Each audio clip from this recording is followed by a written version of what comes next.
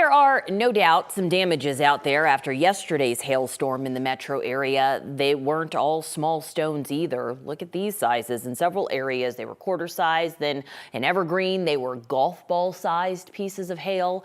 But today, the tide has turned and severe storms are behind us, making way for a bit of a different phase. Now we're talking about high heat, winds, and yes, high fire danger. Thanks for joining us at noon. I'm Alexandra Lewis. Glad to have you with us. Let's give you a look here. This is the state's Forest Service map for the risk across the state. If a fire were to spark in any of the regions in red you see on this screen, which is quite a few, it could be the most intense area. Colorado's Division of Fire Prevention and Control says the average core wildfire season is 78 days longer than in the 1970s, with Colorado experiencing large fires really at this point all year round. Meteorologist Jaden Knowles will tell us just how fast a fire can spark in this weather. But first, let's get your forecast from our very own Chris Bianchi, who's tracking that heat. Hey, Chris. Hey, Alex. And yeah, we do have that heat and that high fire danger forward today. Starting to see those skies clear on out. That's the beginning of these downsloping west winds that are going to really crank on up here over the next hour or so. Just a few fair weather clouds right now, but we do have a fire weather warning that's just gone into place, and that'll be until 9 p.m. tonight for both the eastern plains, Denver, as well as the mountains. In the mountains, those winds have already been whipping. We already had a 66-mile-an-hour wind gust atop Berthoud Pass. And those winds are starting to mix down into the metro area. We're getting that southwest wind that will scour out the last of those clouds and will increase our temperatures pretty dramatically over the next few hours. Berthoud Pass right now, 51-mile-an-hour wind gust, top Loveland Pass, 47. So those winds, again, in Denver, we're not seeing it yet, but they are coming probably within the next hour. 70s and 80s in the northeastern plains, southeast Colorado, already 98 in Lamar, Highway 50 corridor, really cooking right now with a lot of 90s for us. But those next 12 hours, temperatures will gradually decline into the 70s by this evening, but those winds will be the story. So high fire danger, again, please be smart with anything with a spark outdoors. And that's the, in addition to that, the other story will be those low 90s today, hot and breezy with that daily record 95 set back in 2018. In jeopardy. So again, fire danger is the big concern. I want to get over to Jaden Knowles for a bit more on how fire danger works and some of the conditions that go into place and how it all works. Here's a bit more from Jaden.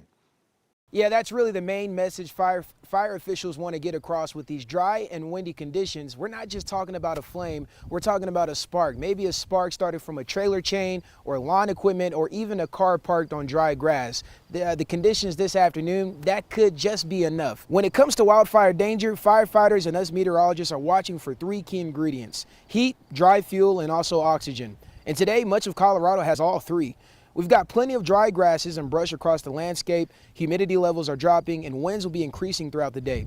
Think of it like a sponge. The drier the air becomes, the more moisture gets pulled out of vegetation, making grasses and brush easier to ignite. Then add the wind. Not only can wind help a fire spread quickly, it can also carry burning embers hundreds of feet ahead of the main fire, sparking new fires and causing flames to grow rapidly. That's why days like today get the attention of fire officials. Now, red flag warnings and fire weather watches aren't issued because a wildfire is already burning.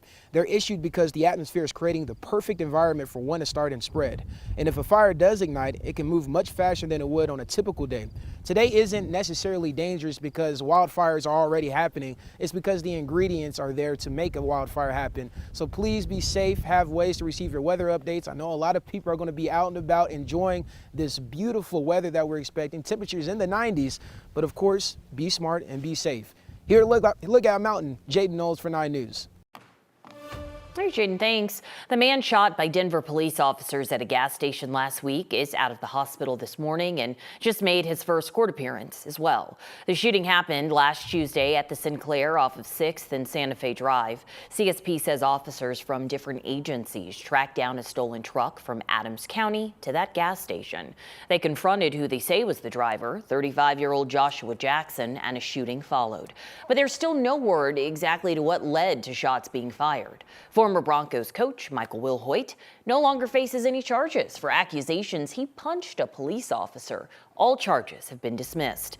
Wilhoit was arrested and accused of hitting the officer in the face at DIA back in February of 2025.